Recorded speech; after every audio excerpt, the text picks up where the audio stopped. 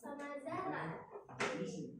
Hadir semua ya hari ini? Oke, baik. Baik, hari ini kita memulai GoGapi ya, yaitu GoGapi yaitu mengenai profil dunia kerja, entrepreneur, dan juga peluang usaha di bidang manajemen perkantoran. Lalu ada tujuan pembelajaran kita hari ini ada tiga ya.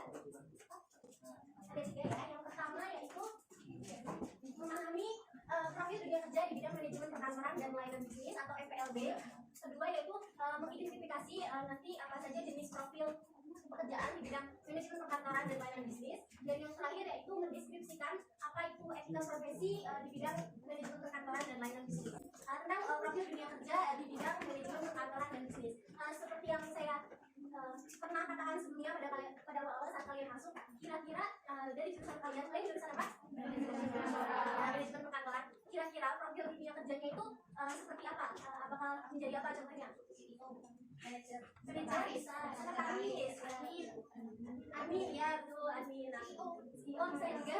Oke, jadi di antara yang disebutkan tadi itu salah satu profil, salah satu jenis profil dunia kerja di bidang manajemen perkantoran dan bisnis. Oke, jadi sekarang coba saya minta kalian untuk tuliskan di buku catatan masing-masing kira-kira pekerjaan apa yang kalian impikan sesuai dengan jurusan kalian.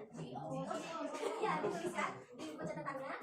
Kemudian dideskripsikan juga kira-kira itu pekerjaannya tentang apa dan kompetensi keahliannya yang dibutuhkan itu apa. Misalnya tadi ada yang bilang jadi sekretaris. Nah, sekretaris itu kira-kira kerjanya apa aja dan kira-kira kompetensi keahlian dari manajemen perkantoran itu apa yang dibutuhkan. Misalnya sekretaris itu butuh apa? Misal pandai surat menyurat ya, atau dan juga public speaking, dan misalnya seperti itu. Oke, paham sampai sini atau ada yang ingin ditanyakan? Oke, silakan tulis di buku catatan kalian masing-masing. Cukup satu aja, cukup satu pekerjaan saja. Oke.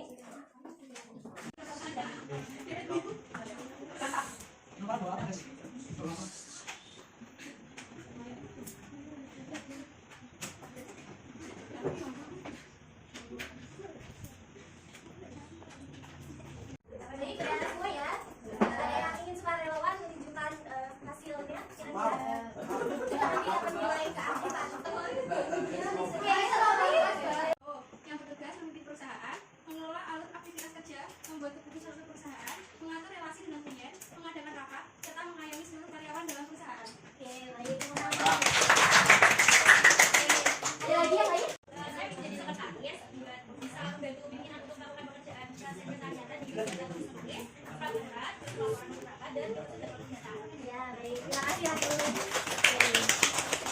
Jadi kalau dilihat dari profil dunia kerja manajemen perkantoran dan layanan bisnis, berarti profil gambaran berbagai jenis pekerjaan yang termasuk dalam bidang manajemen perkantoran tadi yang kalian udah sebutin. Berarti norma-norma yang ada di profesi itu kan, perilaku-perilaku yang harus dikunci di dalam suatu profesi. Nah, kalau dari bahasa Inggris itu artinya profession, kalau bahasa latinnya profesus, artinya mampu dalam suatu pekerjaan. Itu arti profesi ya. Nah, kemudian kalau dilihat dari bidang manajemen perkantoran, berarti profesi manajemen perkantoran itu jenis pekerjaan yang memiliki keterampilan atau keahlian di bidang manajemen perkantoran, ya, kayak surat menyurat, kearsipan, lalu mengetik suku jari, pemasan, dan lain sebagainya. Oke, paham sampai sini? Ada yang ditanyakan nggak?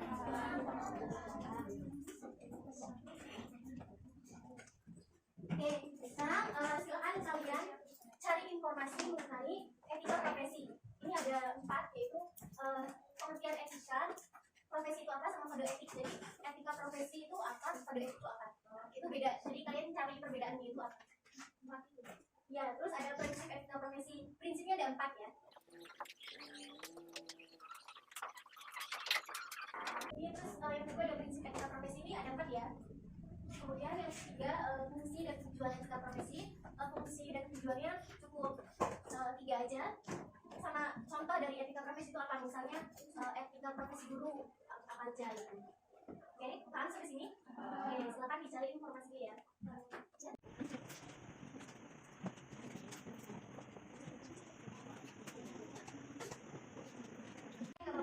dulu. Yang pertama yaitu pengertian dari etika profesi. Ada yang suka relawan mau membacakan apa itu etika profesi sama kode etik. Jadi perbedaannya. Kemudian mau? Oke. Etika profesi adalah sikap, tujuan, ajaran, kegiatan, berdasarkan pelayanan optimal dan kegiatan jadi seluruh kegiatan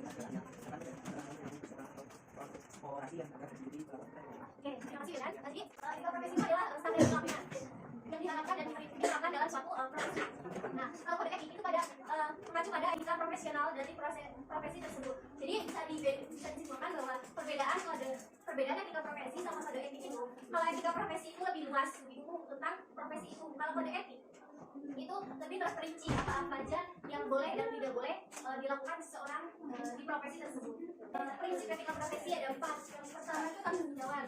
Jadi setiap profesionalitas atau orang yang bekerja itu tuh mempunyai tanggung jawab terhadap profesinya atau pekerjaannya. Kalau prinsip keadilan itu tuh setiap profesional itu tuh untuk mendapatkan keadilan dalam profesi. Nah ini ada fungsi etika profesi sama tujuan etika profesi. Lalu apa sih fungsi dari adanya etika profesi ini? Yang pertama itu sebagai pedoman bagi semua anggota tentang prinsip profesionalitas yang ditetapkan. Jadi adanya etika profesi itu untuk pedoman dalam profesinya. Mungkin sebagai pedoman yang berdasarkan terhadap profesi yang tertentu. Jadi apa itu? Di sini ada tujuannya, bisa dibaca ya tujuan dari adanya etika profesi.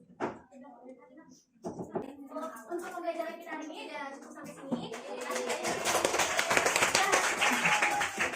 Sebelum kita tutup, mari kita simpulkan dulu apa yang kita pelajari hari ini mengenai profil dunia kerja etika profesi di manajemen perkantoran. Pertama dari profil dunia kerja. Arti dari profil dunia kerja di bidang manajemen perkantoran itu artinya apa? Ya, jadi profil dunia kerja itu artinya gambaran tentang suatu pekerjaan atau jenis pekerjaan di bidang manajemen perkantoran. Yang tadi telah disebutkan ya, ada sekretaris, ada jadi manajer, ada jadi CEO. Terus selanjutnya kita bahas apa? Jenis profil tadi. Terus lalu ada etika profesi. Profesi itu artinya adalah pekerjaan yang telah pendidikan ya, profesi merupakan suatu pekerjaan yang memiliki keterampilan tertentu untuk mencapainya ya, atau pendidikan yang lebih tinggi. Kemudian ada etika profesi, yaitu etika itu apa? Ya, tentang prinsip, tentang norma perilaku baik atau buruk yang perlu diterapkan dalam suatu profesi. Itu etika profesi. Kemudian juga tadi kita belajar mengenai prinsip-prinsip etika profesi. Ada 4 apa aja? Terus juga ada fungsi dan tujuan dari etika profesi. Untuk pertemuan selanjutnya kita nanti akan membahas mengenai entrepreneur di bidang manajemen perkantoran dan layanan bisnis. Oke, sampai sini ada yang ditanyakan? Sudah paham semuanya? Baik, terima kasih semuanya atas pembelajaran hari ini. Terima kasih atas partisipasinya. Semoga materi yang disampaikan dapat diterima dengan baik. Oke, terima kasih dari saya. Wassalamualaikum warahmatullahi wabarakatuh. Waalaikumsalam warahmatullahi wabarakatuh. Terima kasih Bu Wilma.